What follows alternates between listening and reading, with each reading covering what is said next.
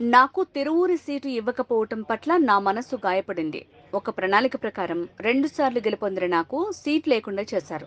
నా నిర్ణయం 2 రోజుల్లో ప్రకటిస్తా. నేను పోటీ చేయటం ఖాయం. ఎక్కడి నుంచి చేస్తాను అన్నది త్వరలో తెలియపరుస్తా. లోకేష్, పవన్ కళ్యాణ్ను గానీ దూషించిన సందర్భాలు లేవు. అది కూడా ఓ కారణం కావచ్చు అని నేను భావిస్తున్నాను. మరి ఈనాటి మీడియా మిత్రులందరికీ నమస్కారం. మరి ఈరోజు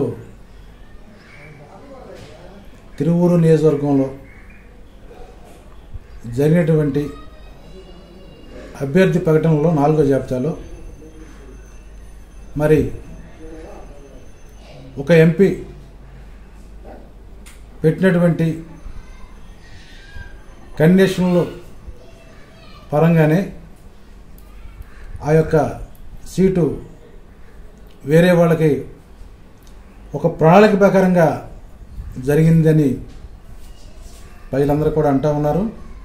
దానిలో భాగంగానే నేను కూడా ఆ విషయాన్ని చెప్పినప్పుడు కూడా పట్టించుకోకుండా నా పనిని చేసుకుంటూ ఉన్న సమయంలో ఒక 20 రోజుల క్రితం పూర్తిగా అర్థమయ్యి ఆ యొక్క విషయాన్ని వాళ్ళ ప్రణాళికలు గ్రహించి 20 రోజుల నుంచి కూడా నేను దూరంగా ఉంటా ఉన్న నియోజకవర్గానికి. మరి ఏదైతే మేము అనుకుంటా ఉన్నామో ఏదో జరుగుతుందని అదే జరిగింది అని కూడా మరి రాత్రి ఇచ్చినటువంటి దృష్టిలో రుజువైంది. కాబట్టి మరి దీనికి కూడా పార్టీ పరంగా మనం ఇప్పుడు కూడా విధేయులుగా ఉన్నాం. పార్టీ ఏం చెప్తుంది 100% పూర్తి చేసాం.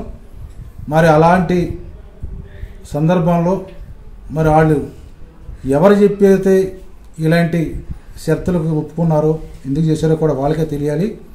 మా మనసు అయితే తీవ్రంగా గాయపడింది. ఒక ఎమ్మెల్యే ఉండగానే ఎదురుగా నలుగురిని పెట్టి సర్వే వాళ్ళు కావాలా వీళ్ళు కావాలని కూడా మనిషి ఉండగానే రకరకాలుగా ఇబ్బంది పెట్టినటువంటి సందర్భాలు ఉన్నాయి. అందుకనే మనసు గాయపడి నియోజకవర్గానికి ఆ యొక్క కార్యక్రమాలకు దూరంగా ఉన్నాం అనుమానంతో.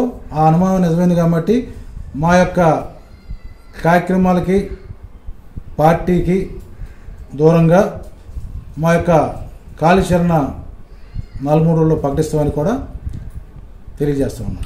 సార్, నెక్స్ట్ టీడీపీలోకి వెళ్తారని ప్రచారం జరుగుతుంది సార్ బయట. దాని గురించి మీరు ఏమనుకుంటారు సార్? నేను 2 రోజుల్లో ఏం జరిగేది కూడా పిలిచి చెప్తాను.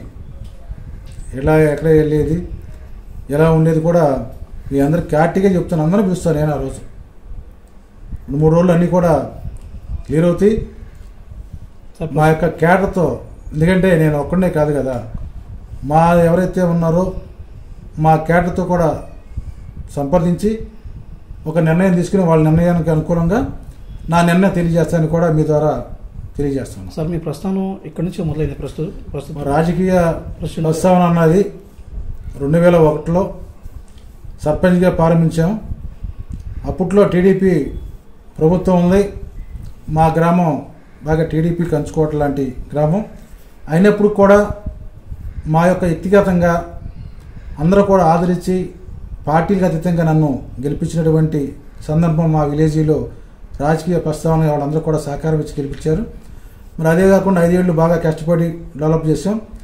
దానిలో భాగంగానే మళ్ళీ జడ్పీటీసీ ఎలక్షన్ 5 ఏళ్ళ లోపు ఇంకా 2 నెలలు ఉందనగానే సర్పంచ్ ఎలక్షన్ హోదా జడ్పీటీసీ ఎలక్షన్ రాగా వచ్చినాయి. దానిలో భాగంగానే పైడిముక్కల మండలం అంటేనే టీడీపీ కంచుకోవట్లేని మండలం. ఆ యొక్క పార్టీకి సుమారుగా 10,000-8,000 మెజార్టీ ఉన్నటువంటి మండలంలో మరి అక్కడికి వెళ్ళి నేను పోటీ చేసినప్పుడు చాలామంది కూడా టీడీపీ మండలంలోకి వచ్చి పోటీ చేశారు. ఇతను ఎక్కడ గెలుస్తాడని కూడా మరి కొంతమంది వ్యక్తులు మాట్లాడిన సందర్భాల్లో. కానీ ఆ సందర్భాలన్నీ కూడా మనం ప్రజల్లోకి వెళ్ళి మన యొక్క విధానాన్ని నచ్చి పార్టీలకు అతీతంగా కాంగ్రెస్ టీడీపీ నుంచి కూడా కొంత వ్యక్తిగతంగా ఓట్లేసి నాకు 2,300 ఓట్లతో మళ్ళీ నేను అక్కడికి వెళ్ళి టీడీపీ కంచుకోవట్లేని మండలంలో పార్టీలకు అతీతంగా వ్యక్తిగా టీడీపీ వాళ్ళు కూడా ఓట్లు వేసారంటే మేము అందరినీ కూడా కలిపిపోయే యొక్క తత్వం బట్టి మేము అక్కడ గెలిచాం. దానిలో భాగంగానే మళ్ళీ అక్కడి నుంచి నా ప్రస్తావన మరి ఎమ్మెల్యేగా ప్రయత్నం చేశాం. మరి వైసీపీ తరఫున 2014లో టికెట్ రావడం కూడా జరిగింది.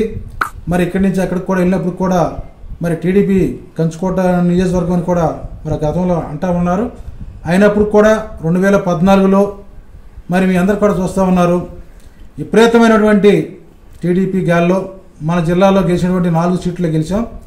ఆ 4లో ఎన్టీఆర్ జిల్లాలో గెలిచింది 2 సీట్లో కూడా ఒక అభ్యర్థి వెళ్ళిపోయాడు.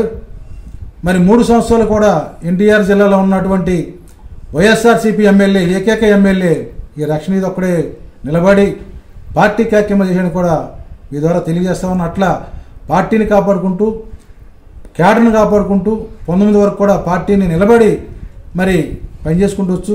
19లో మరి బ్రహ్మాండంగా అందరూ కష్టపడి భారీ విజయాన్ని ఇచ్చారు.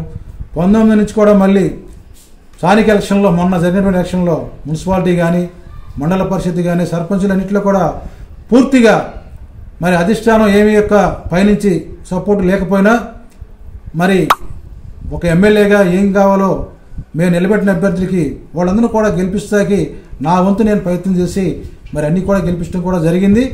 మరి అలాంటి పరిస్థితుల్లో పార్టీ అధినాయకత్వం ఒక 6 నెలల నుంచి కూడా మరి ఏం జరిగిందో ఏంటో కూడా తేడాగా మరి ఒక ప్రణాళిక ప్రకారంగా కూడా నడుస్తుందని అనుమానం వచ్చింది. అప్పటి నుంచి కూడా మరి కెరటాలుగా ఆగుతూ లెగుతూ వస్తూ ఉన్నాయి. మరి అది మొన్న స్వయంగా మీరే చూశారు. ఇట్లా జాయిన్ అవటం, అట్లా ప్రకటించడం అంటే ఒక ప్రణాళిక ప్రకారంగా జరిగినటువంటి మరి ఆలోచన కూడా మేము అర్థం చేసుకుంటూ ప్రజలందరూ కూడా తెలిసిపోతూ ఉంటుంది. ఎందుకంటే ఎందుకు ఇచ్చారు, ఎందుకు జాయిన్ అయ్యారు, వెంటనే ఆయన పెట్టిన చరిత్ర ఏంటి, దానికి తలొంగి మరి జరిగిందని కూడా అధిష్టానం నిర్ణయాన్ని కూడా మరి వాళ్ళు తలొంగి ఇచ్చారని కూడా భావిస్తూ మనస్తాపం చెంది మా యొక్క పార్టీకి, నియోజకవర్గానికి 20 రోజుల నుంచి దూరంగా ఉన్నాం. మరి చాలా నిర్ణయం, ఎందుకంటే త్వరలోనే నా నిర్ణయం అనేది కూడా ఏం చేస్తానో కూడా మా యొక్క లీడర్స్తో మాట్లాడి